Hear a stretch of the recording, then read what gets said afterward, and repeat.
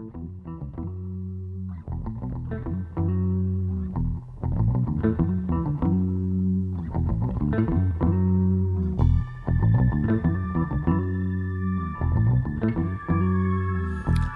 and welcome back to the No Opinion News Network, where we give you the news and leave our opinion at the door. I'm your host, Chris, and today is your Saturday recap for December 19th. I hope you guys are having a wonderful weekend so far. All I'm going to ask is that you like and subscribe to the channel, and that's all I'll ever ask for. All right, so what we're going to do today, it's Saturday, so we're going to run through what's happened Monday through today. So on Monday, the bipartisan group presented two proposals. One was the $908 billion proposal. The other one was the $748 billion proposal. Basically, these proposals are the exact same thing, except for the $748 billion proposal takes out the state and local government aid, and also takes out the liability protection against lawsuits from COVID-related lawsuits. The pushback on both these proposals was that there was no stimulus check included. Lawmakers on Tuesday said that these proposals are just relief bills. They are not stimulus bills. They just want to relieve the people until the new administration comes in. So, on Tuesday morning, Senator Joe Manchin said the $748 billion proposal will pass and we have all Democrats on board. At the same time on Tuesday, Bernie Sanders was pushing for stimulus checks, so not sure if he was quite on board as Senator Joe Manchin had stated.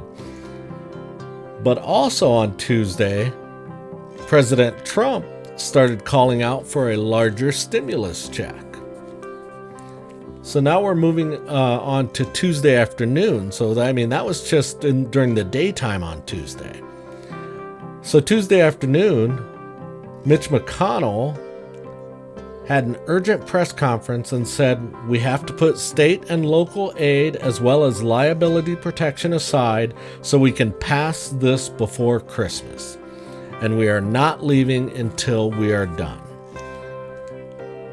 So that sparked a bunch of good things. People started talking, and Mitch McConnell, Pelosi, Schumer, and McCarthy met in person for multiple sessions that afternoon into the late evening.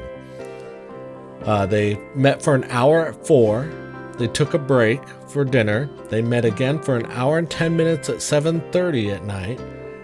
After that hour and 10 minutes, they separated. The Dems went to their offices, the Republicans went to theirs so they can discuss things on their own. They came back at 10 o'clock and met for another 25 minutes, and then they left for the evening. They were quoted as saying, I think this is going really well. I think we have built a lot of trust, and I think there's a possibility of getting this done. So as Mitch McConnell was leaving, a reporter asked if it was going to get done tonight. And he said soon, very soon. So it was rumored the reason why they were going so late into the night is that they were actually discussing adding stimulus checks to the proposal. The Congressional Progressive Caucus sent a letter that evening, and they said that stimulus checks and expanded unemployment will do more for stimulating the economy than PPP, the Paycheck Protection Program, because business owners were actually taking advantage of that, pulling out the money and buying themselves new cars and stuff like that. So Wednesday, lawmakers were meeting all morning and doing some more negotiating, trying to get the language right, and stimulus checks were introduced. The stimulus checks were introduced at $600. There was talks of $600 to $700 that Joe Manchin had mentioned. We're not sure where that came from, but we're saying $600.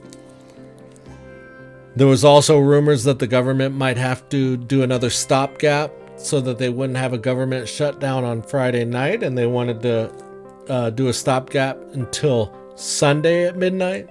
Mitch McConnell at that time said, come on, let's just get it done by Friday.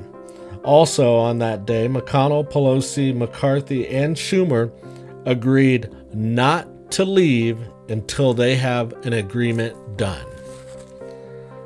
So now moving on to Thursday, they talked about the $600 stimulus checks and who would get them.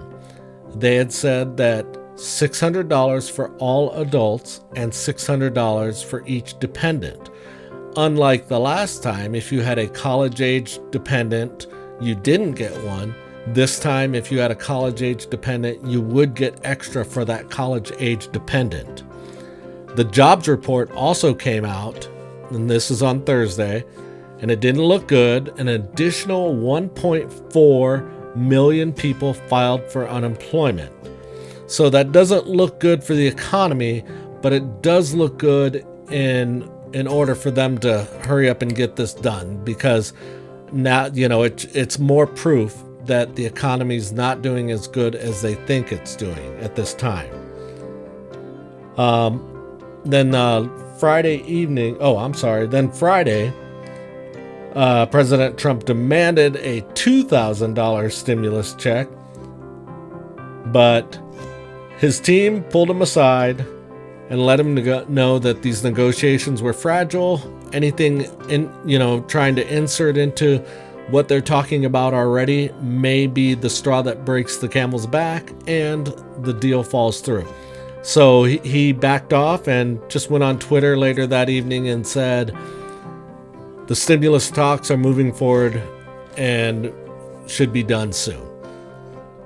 Now, at the end of Friday, they did have a vote to extend the government spending bill for 2 more days. So in other words, to have a stopgap so that they would not have to do a shutdown last night. And so now they are good to go till Sunday night at midnight.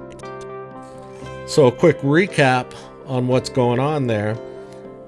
What would be included in the package would be a $300 unemployment enhancement. What that means is the states are going to extend the unemployment that do end on the 26th, but the federal government's going to add an additional $300. So if you make $250 weekly for unemployment, add $300 onto that, you're going to see $550 weekly. Don't forget, taxes are not taken out on that. That's something you have to take care of at the end of the year if you don't request that they take taxes out of it at the time that they're giving it to you. How long will it last? It looks like 12 to 13 weeks. They were talking about 16 weeks, but now it looks like 12 to 13 weeks until the beginning of April, end of March. The $600 stimulus checks are included in it. The eviction protection moratorium is extended so that if you haven't been able to pay your rent due to no fault of your own, you will not be evicted, as that's going to be extended. There's more PPP in this plan for small businesses, and it has to be done by Sunday night at midnight, or we're facing another government shutdown. So that is what I have on stimulus from Monday all the way, bringing you up to date till right now. So let's, if you want to hop off, I'm going to go over the numbers for the coronavirus right now. Just let everybody know where we are really quickly. Currently hospitalized in the U.S., we have 114,685. Currently in the ICUs, we have 21,745. And currently on ventilators, there's 7,786. So as you can see, here's the graph. That hospitalizations is not going down yet. And you can see just from 1 month ago, it's doubled at least or more. So a lot of people still hospitalized. All right. As far as the new cases in the U.S., we did have a record yesterday.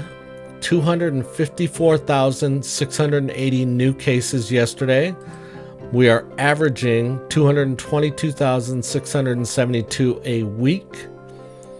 And as far as deaths go, we are averaging 2,583 deaths a week in the U.S. And as far as worldwide goes, we are currently averaging 645,114 new cases per day worldwide. With that said, Germany is in a very strict lockdown right now. I have a friend in Munich, Germany, who sent me a picture of a subway that he is riding at 9 a.m. in the morning the other day, and he was the only one on the car. So their lockdown must be really strict. And as far as their deaths worldwide, averaging 11,350. So that is what's going on with stimulus and with the coronavirus right now. If you could, I spend a lot of time getting this stuff ready for you so that I can get this information to you quickly so you don't have to read through all the articles and watch all the news reports. So if you don't mind just hitting like and subscribe, I would greatly appreciate it. And that's going to wrap it up for today. I really do appreciate you guys watching the No Opinion News Network. I'm your host, Chris, and this has been your Saturday recap for December 19th. You guys have a wonderful rest of your weekend. I really do appreciate you watching.